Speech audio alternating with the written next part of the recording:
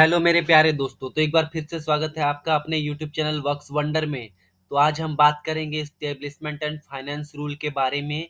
और ये हमारा इस्टेब्लिशमेंट एंड फाइनेंस रूल से रिलेटेड आज का हमारा ये तीसरा क्लास है। इससे पहले भी इससे रिलेटेड दो क्लासें हमने कर चुकी है। अगर आप अपने अभी तक जो वीडियो नहीं देखा है तो प्लीज़ जाके आप वो वीडियो देख सकते हैं, जो आपके लिए होने वाले एग्ज़ाम, जो भी ग्रुप बी के एग्ज़ाम्स होने वाले हैं और रेलवे के अंदर जो भी डिपार्टमेंट एग्ज़ाम होने वाले हैं या होने आ रहे हैं, उन सभी में ये सब क्वेश्चन बहुत ही इंपॉर्टेंट है। तो आइए शुरू करते हैं आज का हमारा सबसे पहला क्वेश्चन। हमारा सबसे पहला क्वेश्चन है, in unified schedule of powers issued by railway board MSOP, model schedule of power. MSOP का फुल फॉर्म क्या है? एमएसओपी का फुल फॉर्म है मॉडल शेड्यूल ऑफ पावर। तो इस केस में क्या है कि store matter are covered in which part.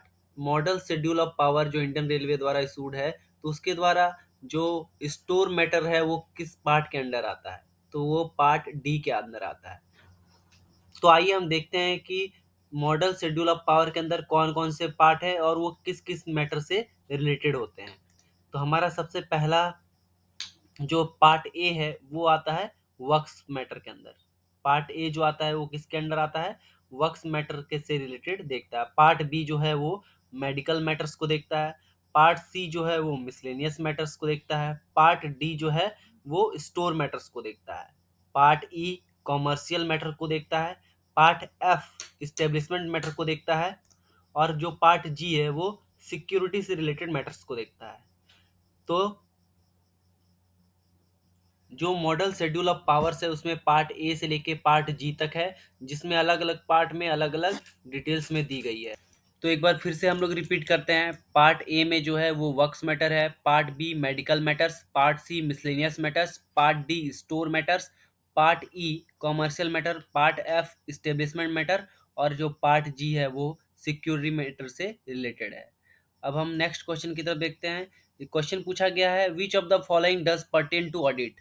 इनमें से कौन ऑडिट से रिलेटेड है? तो ये तीनों ही ऑडिट से रिलेटेड है। ड्राफ्ट पारा, प्रोविजनल पारा और स्पेशल लेटर, ये तीनों ही चीज़ें ऑडिट से रिलेटेड है। तो सही आंसर क्या हो जाएगा? ड्राफ्ट पारा, प्रोविजनल पारा और स्पेशल लेटर्स। नेक्स्ट है, in railway accounting system which is the primary unit for booking of expenditure for procurement of non stock item. तो हम लोग रेलवे में बहुत सारी चीज़ें जो नॉन स्टॉक आइटम से रिलेटेड होती हैं उनकी प्रोक्योरमेंट करते हैं, उनकी खरीदारी करते हैं। तो उसको रेलवे अकाउंटिंग सिस्टम के अंडर प्राइमरी यूनिट जो है वो 28 के अंडर रखा गया है। नॉन स्टॉक आइटम का प्रोक्योरमेंट जो है वो प्राइमरी यूनिट 28 के अंडर रखा गया है। जो स्टॉक आइटम है उसका प्रोक्योरमेंट प्राइमरी यूनिट 27 के अंडर रखा गया है। यहाँ पे नॉन स्टॉक है तो 28, स्टॉक आइटम 27।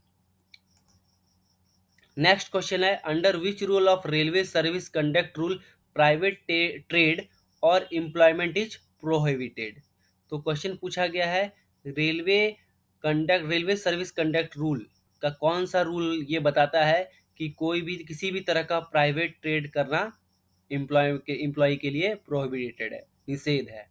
तो रूल नंबर 15 में लिखा गया है कि रेलवे एम्प्लॉय के द्वारा प्राइवेट ट्रेड करना मना है। नेक्स्ट है, what is full form of DCRG. यहाँ पे पूछा गया है डीसीआरजी का फुल फॉर्म क्या है। तो इसका सही आंसर है डेथ कम रिटायरमेंट ग्रेजुटी। डीसीआरजी का फुल फॉर्म क्या है? डेथ कम रिटायरमेंट ग्रेजुटी। और ये कितना अमाउंट मिलता है? ये टोटल अमाउंट मिलता है 20 लाख। डेथ कम रिटायरमेंट जो ग्रेजुटी है वो कितना अमाउंट मिलता है? 20 लाख। बढ़ते हैं नेक्स्ट क्वेश्चन की तरफ। यहाँ पूछा गया what is PREM under industrial relation. PREM क्या है? तो ये participation of railway employee in management. Railway जो एम्प्लॉय हैं, रेलवे के जो कर्मचारी हैं, उनका पार्टिसिपेशन होना चाहिए, उनकी भागीदारी होनी चाहिए मैनेजमेंट में। उसी से रिलेटेड जो है प्रेम का फॉर्मेशन किया गया है अंडर इंडस्ट्रियल रिलेशन। और ये प्रेम का जो फॉर्मेशन था वो सेटअप किया गया था मिनिस्ट्री ऑफ रेलवे द्वारा 1972 को, और जोनल रेलवे द्वारा सेटअप किया गया था 1977 को। इसके 3 फॉर्म है, 3 बेसिक स्ट्रक्चर हैं, 3 पिलर भी बोल सकते हैं। पहला जो रेलवे बोर्ड लेवल का है, दूसरा होता है जोनल रेलवे द्वारा और तीसरा आता है डिविजनल लेवल का। तो जो रेलवे बोर्ड का जो लेवल होता है उसमें चेयरमैन जो होते हैं रेलवे बोर्ड होते हैं, कन्वेनर जो होते हैं वो सेक्रेटरी ऑफ रेलवे बोर्ड होते हैं, एडमिनिस्ट्रेटिव साइड से मेंबर ऑफ रेलवे बोर्ड, और जो स्टाफ साइड से होते हैं 4 रिप्रेजेंटेटिव होते हैं यूनियंस के।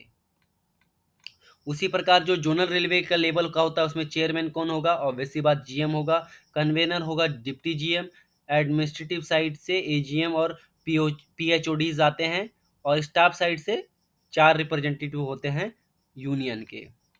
उसी तरह डिविजनल लेवल का भी प्रेम का टायर होता है, जिसमें चेयरमैन जो होते हैं डीआरएम होते हैं। इसमें कन्वेनर जो होते हैं वो सीनियर डीपीओ होते हैं। डिविजनल लेवल पे जो प्रेम का कन्वेनर होता है वो सीनियर डीपीओ होता है, और जो एडमिनिस्ट्रेटिव साइड से होते हैं वो एडीआरएम और ब्रांच के जितने भी सारे बीओएस होते हैं वो होते हैं। और प्रेम का जो मीटिंग होता है हर एक 3 महीने में एक बार होता है, यानी एक साल में 4 बार होता है। अब हम नेक्स्ट क्वेश्चन की बात करते हैं। Under employee compensation act no compensation is given in such case.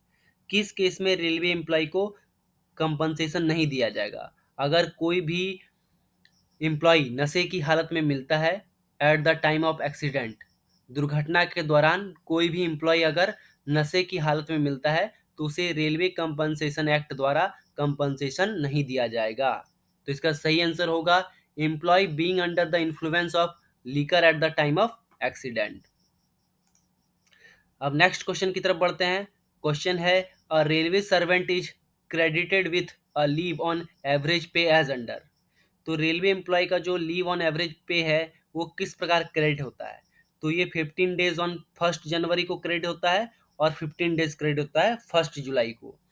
एक साल में रेलवे एम्प्लॉय के खाते में लीव एंड एवरेज पे जो है वो 2 बार क्रेडिट होता है। पहली बार 1 जनवरी को कम होता है 15 दिन का, और फिर 1 जुलाई को होता है नेक्स्ट 15 दिन। टोटल 30 दिन का एलएपी मिलता है एक कैलेंडर ईयर में। नेक्स्ट क्वेश्चन है gold pass can only be issued to one of the following officer. तो गोल्ड पास है किसको इशू किया जाता है? तो ये रेलवे बोर्ड और जीएम को इशू किया जाता है। रेलवे बोर्ड के चेयरमैन होते हैं और जो जीएम्स होते हैं उनको गोल्ड पास इशू किया जाता है। हम आगे जब पास रूल के बारे में पढ़ेंगे तो हम पास रूल से रिलेटेड सभी इंपॉर्टेंट एस्पेक्ट को डिटेल में डिस्कस करेंगे। उसके लिए आप हमारे चैनल को कीजिए सब्सक्राइब ताकि आपको लेटेस्ट अपडेट मिलता रहे। बढ़ते हैं हमारे नेक्स्ट क्वेश्चन की तरफ। हमारा नेक्स्ट क्वेश्चन है which standard form is required to be used for issuing major penalty chargesheet to a railway employee. तो रेलवे एम्प्लॉय को अगर मेजर पेनल्टी चार्जशीट देना है तो उसके इसमें किस स्टैंडर्ड फॉर्म का यूज किया जाता है? तो इसका सही आंसर है SF5। अगर माइनर पेनल्टी हो तो उस केस में किसका यूज किया जाएगा? उस केस में SF11 का यूज किया जाता है। अगर किसी का सस्पेंशन रिवोक करना है तो उस केस में स्टैंडर्ड फॉर्म 4 का यूज करना है। अगर किसी को सस्पेंड करना है तो उस केस में SF1, अगर किसी को सस्पेंशन में रखना है तो उस केस में SF2। तो ये सब स्टैंडर्ड फॉर्म के कुछ इंपॉर्टेंट एस्पेक्ट्स हैं, उनको भी हम डिटेल में डिस्कस करेंगे। नेक्स्ट क्वेश्चन है व्हेन वाज एनपीएस इंट्रोड्यूस। अब एनपीएस का मतलब यहाँ पे क्या है? यहाँ पे एनपीएस का सही मतलब है न्यू पेंशन स्कीम। तो रेलवे में न्यू पेंशन स्कीम को जो कब लागू किया गया था? तो इसका सही आंसर है 1/1/2004। 1 जनवरी 2004 से एनपीएस को लागू किया गया है। अब नेक्स्ट क्वेश्चन है the plan head for store suspenses. तो plan head for store suspense, जो भी स्टोर से रिलेटेड जो सस्पेंसेस हैं उनको PH71 के अंडर रखा गया, प्लान हेड 71 के अंडर रखा गया है। अगर आपने हमारा प्लान हेड से रिलेटेड वीडियो नहीं देखा है तो आप प्लेलिस्ट में जाके प्लान हेड से रिलेटेड वीडियो देख सकते हैं जहाँ पे प्लान हेड के बारे में डिटेल में बताया गया है। बढ़ते हैं हमारे नेक्स्ट क्वेश्चन की तरफ। नेक्स्ट क्वेश्चन है store budget is part of demand number. Store budget जो है वो किस डिमांड नंबर के अंदर आता है? तो इसका सही आंसर है डिमांड नंबर 16। जितने भी सारे स्टोर बजट के जो डिमांड्स हैं वो कौन से डिमांड के अंदर आते हैं? Demand number 16। अब नेक्स्ट क्वेश्चन है, the actual expenditure incurred against the grant voted by parliament and appropriation sanction by the president is reported back to the parliament through the following. तो क्वेश्चन पूछा गया है कि जो संसद द्वारा जो भी अनुदान दिया जाता है या जो भी राष्ट्रपति द्वारा जो भी अनुदान स्वीकृत किया जाता है उसे वापस किस प्रकार रिपोर्टेड करना पड़ता है पार्लियामेंट को? तो वो कौन करती है? पब्लिक अकाउंट कमेटी करती है। जो भी एक्सपेंडिचर करते हैं रेलवे द्वारा, जो भी एक्सपेंडिचर किया जाता है तो उसका जो फीडबैक जो है वो कौन देता है? वो पार्लियामेंट को जो उसका फीडबैक देता है वो है public accounts committee. Public accounts committee जो है वो फीडबैक देती है कि कहाँ पे कितना खर्च हुआ है। नेक्स्ट क्वेश्चन है, railway budget has been merged with general budget with effect from. तो क्वेश्चन पूछा गया है कि रेलवे बजट को आम बजट के साथ कब मर्ज किया गया? तो ये मर्ज किया गया है 2017-18 में। रेलवे बजट को आम बजट के साथ 2017-18 में मर्ज किया गया है। यहाँ पे आपसे क्वेश्चन पूछा गया है कि रेलवे बजट को जनरल बजट के साथ कब मिला दिया गया? तो ये 2017-18 में मिला दिया गया। अब इसका क्वेश्चन का उल्टा भी पूछ सकता है आपसे कि रेलवे बजट को आम बजट से कब अलग किया गया था? तो ये 1924 को एकवर्थ कमेटी की सिफारिश के बाद रेलवे बजट को आम बजट से अलग कर दिया गया था। कब अलग किया गया था? तो 1924 को। कब मिला दिया गया? तो यूनियन बजट 2017-18 में इसे मिला दिया गया। अब नेक्स्ट क्वेश्चन है, what is the full form of RRSK? RRSK full form क्या है? तो इसका सही आंसर है राष्ट्रीय रेल संरक्षा कोष। सही आंसर क्या है? राष्ट्रीय रेल संरक्षा कोष। तो ये रिलेटेड है, जो भी रेलवे एक्सपेंडिचर होते हैं उसी का एक पार्ट है, उसी में RRSK आता है। तो उसका फुल फॉर्म क्या है? राष्ट्रीय रेल संरक्षा कोष। अब नेक्स्ट क्वेश्चन है, the detail distribution of budget allotment made by railway board is content in which book? तो जो रेलवे बोर्ड द्वारा जो भी डिटेल अलॉटमेंट होता है डिस्ट्रीब्यूशन का, उसको किस बुक के अंडर रखा जाता है? तो इसका सही आंसर है पिंक बुक। तो रेलवे बोर्ड द्वारा जो भी अलॉटमेंट होता है उसको पिंक बुक के अंडर रखा जाता है।